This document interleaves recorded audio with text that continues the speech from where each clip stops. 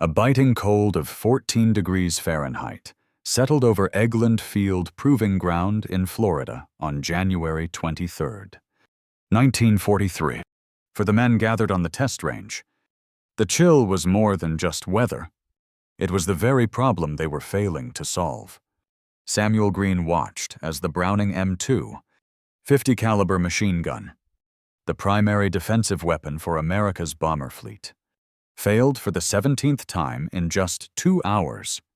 A plume of steam drifted from the hot barrel into the frigid air, a silent indictment of its inability to function in the cold. Major Robert Johnson, an armament specialist from the Army Air Force, slammed his clipboard down in disgust. His words were sharp with the weight of responsibility. "This is a disaster. Green, we have hundreds of B-17 flying fortresses in England, each armed with 13 of these guns. That's over 5,000 weapons poised to freeze solid the second our boys reach combat altitude. The 8th Air Force is supposed to be the tip of the spear in our daylight bombing campaign. But when these guns jam, our bombers become little more than flying coffins." Samuel Green, a quiet 52-year-old toolmaker from Connecticut, observed the useless machine gun with a thoughtful gaze. He had no high school diploma, no military background, and had never designed a weapon. Yet, where the credentialed experts from the Army and the Browning Company saw an unsolvable engineering puzzle, he saw something else. He knew that across the Atlantic, young airmen were paying the ultimate price for this failure. In a small notebook, he wrote down a simple idea that would fundamentally change how automatic weapons were understood. The gun isn't the problem. The problem is that we are forcing it to work our way. Instead of listening to how it wants to work, Major Johnson looked at the civilian with disbelief. "What in the world is that supposed to mean?" "Green, this is a machine, a collection of parts governed by the laws of physics. We have mountains of data, precise specifications, and complex mathematical models that dictate how it should operate." Green reached into his bag and retrieved a simple machinist's file, worn smooth from years of use. Respectfully, "Major, your models and numbers didn't design this gun. John Browning did, and he designed it with his hands and his intuition. I'm just a toolmaker, but I understand that language of feel. Give me 1 week with this weapon and the freedom to make changes that will make your engineers cringe. I will make it so this gun never jams again." Neither of them could have known that this conversation on a frozen Florida airfield was the start of a revolution. In just 3 months, Green's unorthodox approach would turn the notoriously fickle Browning into the most dependable heavy machine gun in the world. Within half a year, his simple fix would be directly responsible for saving the lives of thousands of American airmen. The established science of weapons design was about to be rewritten, not by an engineer, but by a toolmaker with a profound understanding of how things work. The Browning M2 machine gun was John Moses Browning's magnum opus, a masterpiece of design from the end of the First World War. By the time America entered World War II, it was everywhere. It formed the defensive backbone of heavy bombers, served as the primary armament for fighters like the P-47 Thunderbolt, and was mounted on everything from tanks to Navy patrol boats. The American military had staked its strategy on the universal power and availability of the gun. 50 caliber. But as the air war over Europe intensified, a fatal flaw emerged in the thin, freezing air above 20,000 feet. Where temperatures plunged past 30 degrees below zero. The M2s began to fail with alarming regularity. The reports from late 1940 painted a grim picture. On nearly 76% of all B-17 missions, crews reported weapon malfunctions. On an average mission, almost 5 of a bomber's 13 guns would jam. This wasn't just an inconvenience. It was a deadly vulnerability. Experienced Luftwaffe pilots learned to look for the silent guns. targeting those helpless bombers for destruction. In December of 1942 alone, 14 American bombers were lost. Their crews of 140 men killed or captured, all because their guns fell silent when they were needed most. The Army Ordnance Department launched a massive effort to fix the problem. Their top engineers correctly identified the causes weapon lubricants were thickening into sludge. The metal parts were shrinking and contracting in the extreme cold, and airborne moisture was freezing inside the delicate mechanisms. From October 1942 to January 1943, they tried every conventional solution imaginable. They developed special cold weather lubricants, demanded tighter tolerances for ammunition, and even experimented with electric heating elements. Nothing worked. After spending $2 million, a fortune at the time, the failure rate stubbornly remained above 60%. Samuel Green's involvement began by pure chance.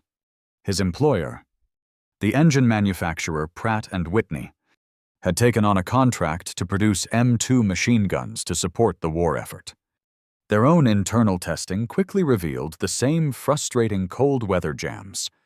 The plant manager, desperate for a breakthrough, put up a $1,000 bonus, equivalent to over $17,000 today, for anyone who could find a solution. His directive, however, was clear. The engineers all agree Browning's design is perfect. The problem must be something external, so we are not to modify the weapon itself. This line of thinking bothered Green deeply. His 37 years of experience had taught him a fundamental truth: no machine is perfect.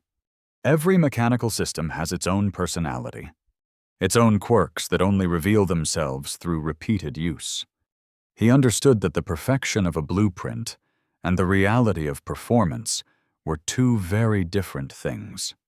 That night, he took home one of the failed guns. He carefully disassembled it, measuring every single piece against the official specifications. Everything was perfect, precisely within the allowed tolerance. Yet it had failed. As he slowly put it back together, he relied not on his calipers, but on his hands. He felt how the bolt carrier moved in its channel and noticed a faint, almost imperceptible drag at certain spots. The channel was machined perfectly, but it had a minuscule bend, less than the thickness of 2 human hairs, still well within the acceptable margin of error. Green had a hunch that this tiny imperfection was the root of the entire crisis. In his small basement workshop that evening, Green began what many would consider an act of mechanical heresy. He took his simple file and began removing a tiny amount of metal from the sides of the bolt carrier, making it 0.03 of an inch narrower.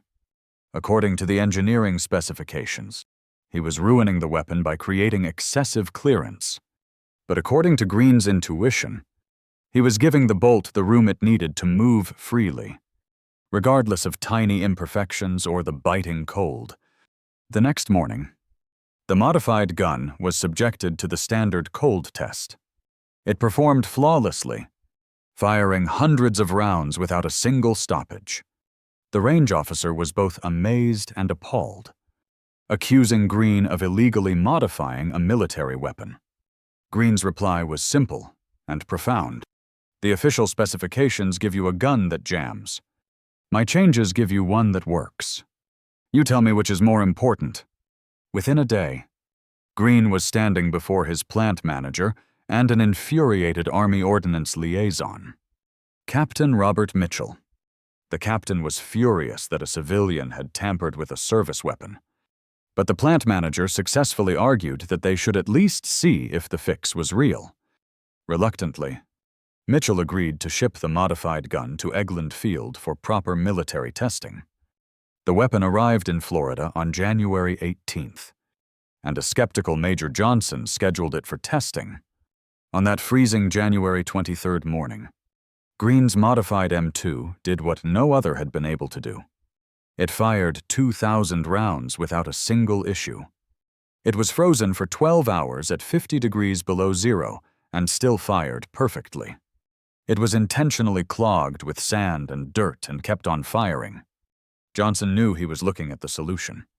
He immediately summoned Green to Egland Field, setting the stage for a dramatic confrontation between practical experience and institutional theory.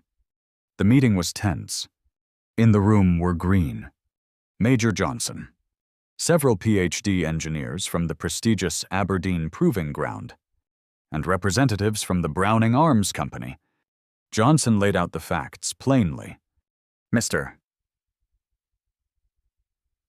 Green's weapon has performed with 100% reliability under conditions that cause standard M2s to fail over 60% of the time. Mr. Green, tell us what you did. Green simply explained his logic about the bolt carrier and the channel, noting that a little extra room allowed the mechanism to overcome minor flaws and the effects of the cold. An engineer from Aberdeen immediately dismissed the idea. What you're describing violates basic engineering principles. Those clearances are calculated for optimal performance. What you have done should theoretically make the weapon less reliable, not more. Green's response silenced the room. Sir, with all due respect, I don't understand your calculations, but I've spent my life understanding machines. Your math says my idea shouldn't work. The gun says it does. Maybe it's the math that's wrong. The engineers were outraged, but Major Johnson cut through the argument. This debate is pointless. We have American airmen dying. Mr. Green has given us a working solution. Our only job now is to confirm it and get it into the field. I'm ordering a full-scale test immediately. The testing program, which began on February 1st, was exhaustive. Green personally modified 20 M2s from different manufacturers, and they were put through every torture test the Army could devise. The results were undeniable. In conditions where standard guns failed 68% of the time, Green's modified weapons had a failure rate of less than 1%. He had reduced malfunctions by an astounding 99%. The challenge now was logistical. With nearly 100,000 M2s in service and thousands more being produced, the Ordnance Department projected it would take 18 months and $12 million to update the entire arsenal. Top generals like Henry Hap Arnold, commander of the Army Air Forces, demanded immediate action. The deadlock was broken by Lieutenant General William Knudsen. The civilian industrialist Roosevelt had put in charge of war production. Knudsen flew to Egland Field, watched the modified guns perform flawlessly, and asked Green two direct questions. Can this be done quickly in the field by Army armorers? And can we change the production lines without slowing down? Green assured him it was simple. An armorer can do it in under an hour. A factory just has to adjust its machines. No new tools needed. Knudsen made his decision right there on the runway. The change would be implemented immediately across the entire military. It was officially designated Modification 743, but to the troops who came to depend on it, it would always be known as Green's Fix. What followed was a stunning display of American industrial power. In just 1 week, new technical manuals were in the hands of armorers worldwide. Within 2 weeks, factories had retooled their production lines. Mobile teams were set up at air bases in England to modify existing guns. Within 6 months, every single M2 machine gun in the American inventory had received Green's modification. The effect on the air war over Europe was dramatic and immediate. In March 1943, before the fix was widespread, the 8th Air Force still reported gun malfunctions on 57% of its missions. By June, with nearly all guns modified, that number had plummeted to less than 4%. This translated directly into lives saved. Bomber losses due to weapon failure dropped from 14 in the first quarter of the year to just 2 in the second. Even the enemy noticed. Captured German pilots reported that the once unreliable American defensive fire had become a dangerously consistent wall of lead. Attacking a B-17 formation was no longer a matter of picking off a defenseless straggler. On the ground and at sea, the results were the same. Tank crews, infantry soldiers, and Navy sailors all found their 50 caliber machine guns had been transformed into weapons of incredible reliability, dependable in the mud of the Pacific jungles and the salty spray of the Atlantic. The story of Captain Robert Johnson, a P-47 fighter pilot, provides a vivid example. On November 2nd, 1943, his plane was riddled with cannon and machine gun fire.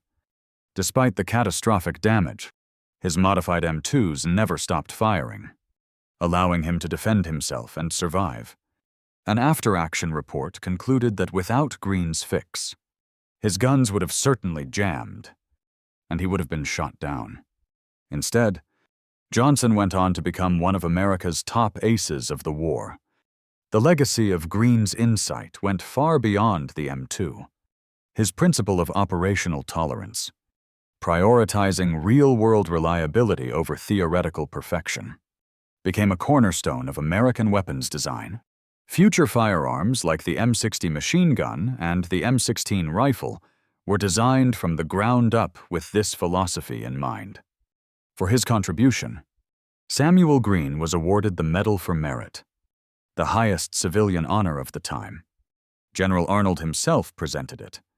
But Green was a humble man who shunned the spotlight. He accepted the medal, said a brief thank you, and went right back to his job at Pratt & Whitney. He kept the medal in his desk drawer and treasured something else far more: the hundreds of letters he received from servicemen. One, from a B-17 gunner, summed it all up. Our plane was attacked by 6 fighters.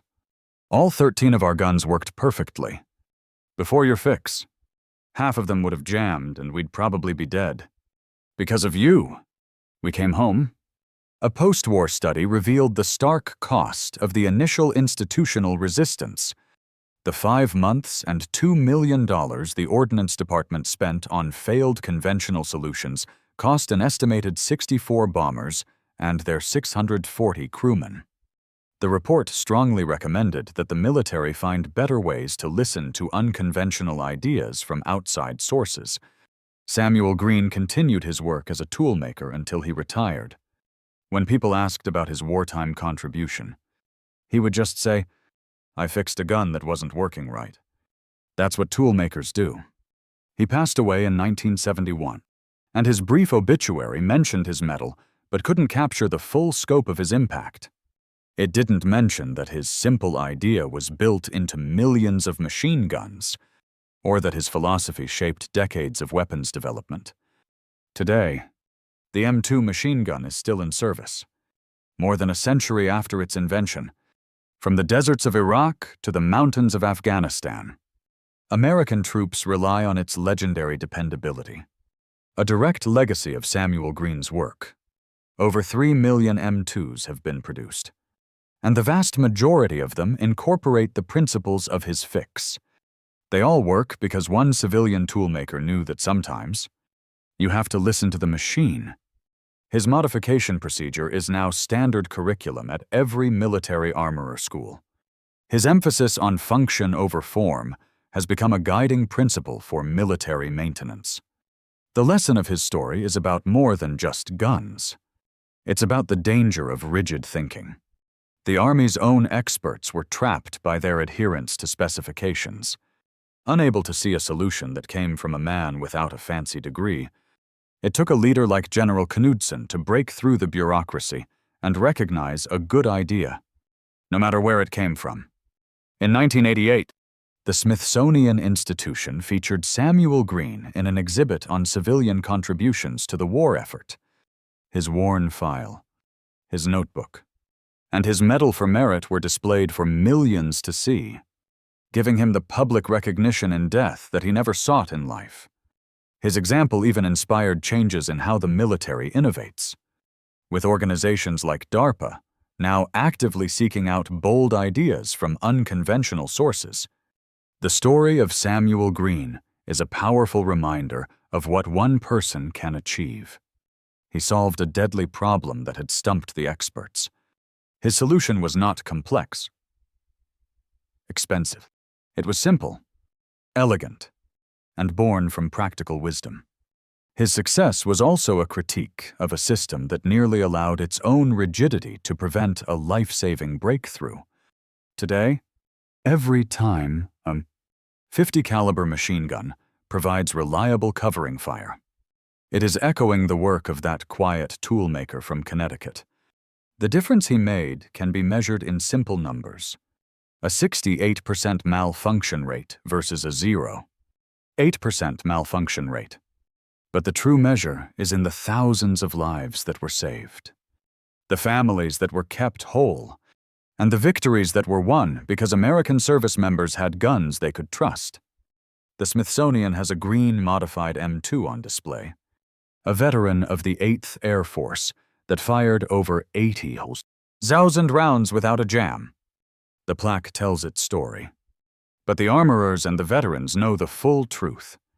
They remember the man who taught the military a vital lesson. Sometimes the best solution is the one that breaks the rules. And true expertise can come from the most unexpected of places.